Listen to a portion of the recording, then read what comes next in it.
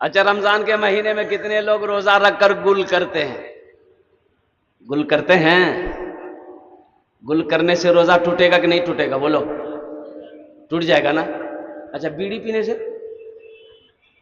एक आदमी बोला कि हजरत जन्नत में तो सब कुछ मिलेगा, सब कुछ मिलेगी जन्नत में हजरत। हजरत हमको बीड़ी की बड़ी आदत है, जन्नत में बीड़ी मिलते हो?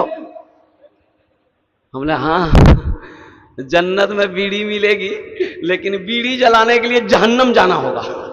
बोला बाप, तब तो नहीं पीओ बीड़ी। हाँ तो आग कहां मिलेगी? जहन्नम में नहीं मिलेगी, दोजख की आग में बीड़ी जला के पियोगे। इसलिए एक बात याद रखो, रोजा रखकर गुल करना, मंजन करना, पेस्ट करना, ब्रश करना, हुक्का पीना, सिगरेट पीना, बीड़ी पीना, खैनी खाना, इससे रोजा टूट जाता है। इससे रोजा, अरे बोलो भाई, इससे रोजा टूट जाता है। और साथ ही साथ रोजा रखकर गीबत करना, गाली देना, झगड़ा करना, रोजे में खराबी है। ये रोजे में सवाब में कमी आ जाएगी। रोजा रखकर किसी की गीबत ना करना। कितने लोग रोजे की हालत में गुस्सा इतना जल्दी आ जाता है, लोगों से झगड़ा करते वक्त यही कहता है कि तुम ही से रोजा खोलेंगे हम। बोले अरे वाह,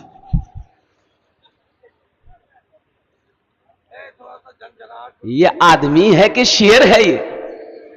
ये आदमियों को खा के रोजा खोलेगा।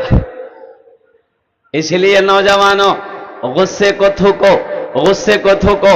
अल्लाह के महबूब ने इरशाद फरमाया कि पहलवान वो नहीं जो मैदान में किसी को पछाड़ दे, बहादुर वो नहीं जो मैदान में किसी को पछाड़ दे। अरे बहादुर तो वो है, पहलवान तो वो है जो गुस्से की वक्त में अपने गुस्से को पी ले, वो बहादुर है, वो पहलवान है। इसलिए गुस्सा करना हराम है। गुस्सा करना, अरे बोलो भाई, गुस्सा करना करेंगे इंशाल्लाह? करेंगे? नहीं करेंगे। एक मालिक को गुस्सा आया, नौकर पर गुस्सा आया, मालिक को गुस्सा आया, तो मालिक नौकर नौजवान था, मालिक को गुस्सा आया, एक तमाचा नौकर को मारा, तो नौकर को भी गुस्सा आया। तो मालिक को तो कुछ नहीं कहा, पास में घर था, वो घर गया गुस्से की हालत में, बीवी बैठकर रोटी बना रही थी, जाके खींच के एक तमाचा बीवी को मारा। बीवी बोली कोढ़िया तू रोटी कहो, बेलना फेंकी, पिड़िया फेंकी, रोटी फेंकी, बोले ले तू रोटी खाते रहो, हमको काहे मारा। औरत को भी गुस्सा आया, उसका 10 साल का बेटा बैठा हुआ था, खींच कर एक तमाचा बेटा को मारी। बच्चे को भी गुस्सा आया कि मेरी मां मुझे क्यों मारी। बच्चे को गुस्सा आया, आंगन में वो डंडा रखा हुआ था, डंडा पकड़ा, दरवाजे की तरफ निकला, देखा है वो कुत्ता बैठा हुआ था, 5 डंडा लगा, कुत्ता को मारा। अच्छा, कुत्ते को भी गुस्सा आया, वो कुत्ता रोड की तरफ भागा, देखा क्या कि वही मालिक जो नौकर को मारा था ऑफिस से बाहर निकलकर रोड पर खड़ा होकर फोन से बात कर रहा था। ये कुत्ता जाकर उसी को काट लिया। भला करो तो भला पाओगे, बुरा करो तो बुरा मिले, एक हाथ से करो तो अपना दूजे हाथ से पाओगे, दूजे हाथ से पाओगे।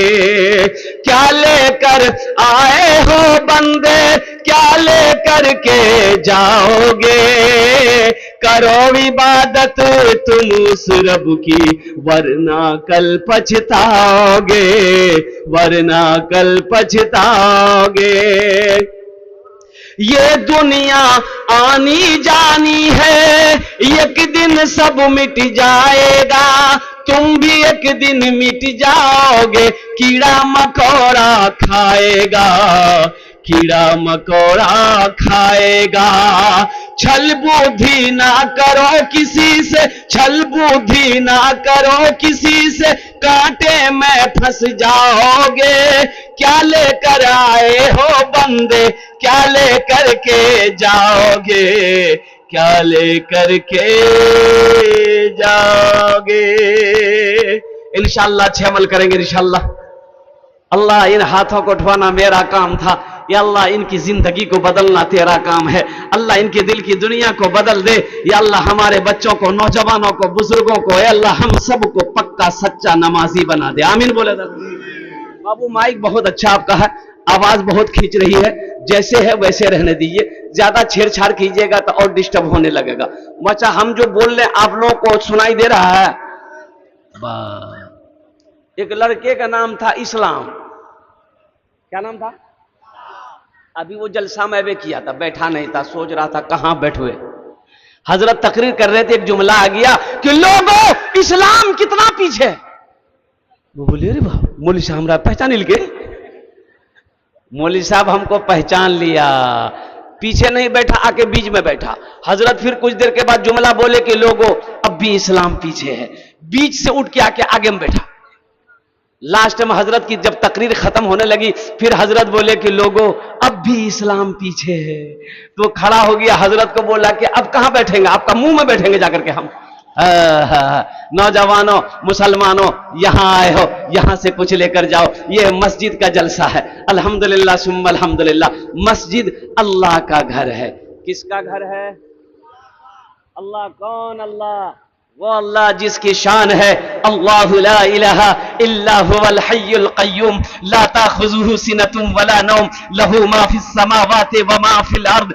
कौन अल्लाह? वो अल्लाह जिसकी शान है हुवल्लाहुल्लज़ी ला इलाहा इल्ला हु आलिमुल ग़ैबि वश्शहादति हुवर रहमानुर रहीम। कौन अल्लाह? वो अल्लाह जिसकी शान है हुवल्लाहुल्लज़ी ला इलाहा इल्ला हु अल मलिकुल कुद्दूसुस सलामुल मुमिनुल मुहैमिनुल अज़ीज़ुल जब्बारुल मुतकब्बिर सुब्हानल्लाहि अम्मा युश्रिकून। कौन अल्लाह?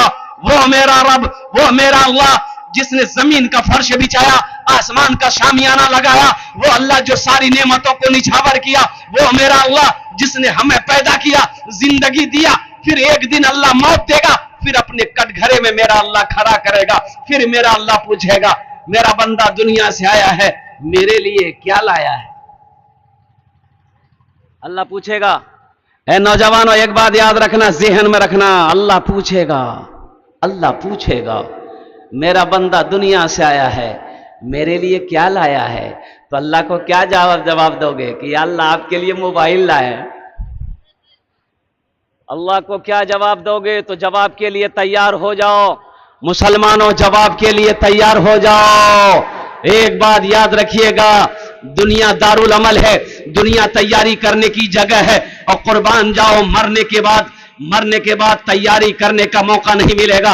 मरने के बाद नमाज पढ़ने का मौका नहीं है, न मरने के बाद रोजा रखने का हुक्म नहीं है, न मरने के बाद सदका ज़कात नहीं कर सकते, मरने के बाद खाने काबा का हज नहीं कर सकते। जो करना है अब ये करना है, इंशाअल्लाह करेंगे। कितने लोग करेंगे? आखिरत की तैयारियों में सबसे पहली जो तैयारी है ना, वो नमाज है। नमाज किसी भी हालत में मुआफ नहीं है। हां, दो किस्म के लोगों पर नमाज मुआफ है। क्या किस्म के लोगों पर?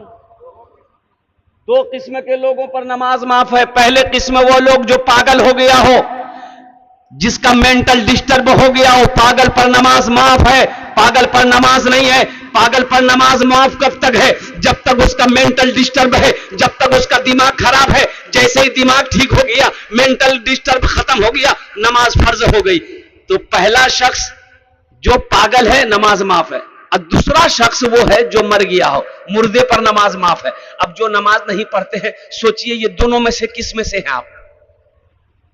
सोचो ना, पागल हैं कि मर गए हैं?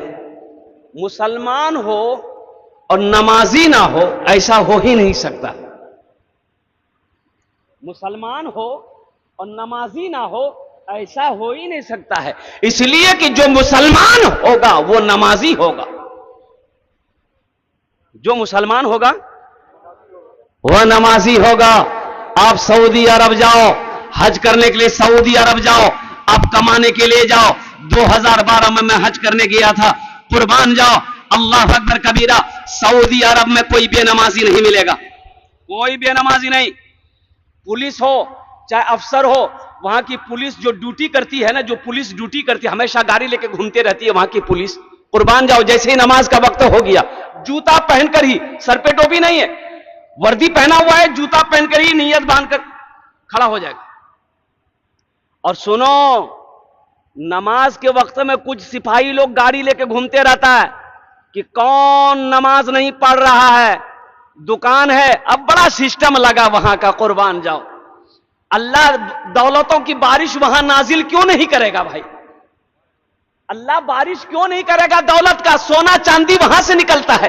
अरे सोने का खान है सऊदी अरबिया में, मदीना में। सोना वहां नहीं होगा तो कहां होगा? यहां होगा। हिंदुस्तान में कोयला है, सोना नहीं है। सोने का पहाड़ है सऊदीया में, सोने का पहाड़ है। अल्लाह ने सोने का पहाड़ बनाया है।